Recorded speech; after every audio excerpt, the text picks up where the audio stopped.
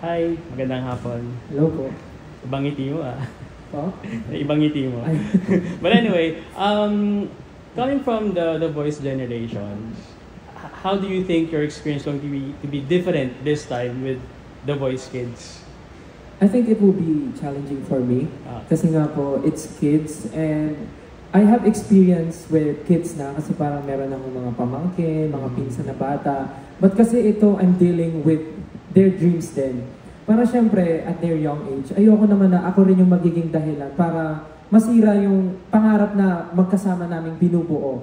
Dahil syempre pagka nag-blinds, isa ako sa mga magsasabi ng magagandang bagay para ako yung piliin nilang coach.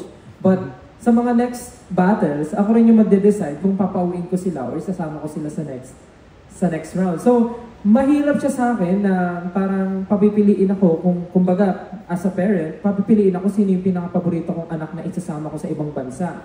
Parang ganun yung feeling eh. But I guess because of generations, nabigyan na ako ng siguro mas pinatatag ng kaunti yung pagkatao ko when it comes to decision making. Kasi at the end of the day, this is a competition pa din. And sinasabi ko nga sa kanila, pinili ko kayo dahil alam kong may kaya kayong ipakita at deserve nyo to.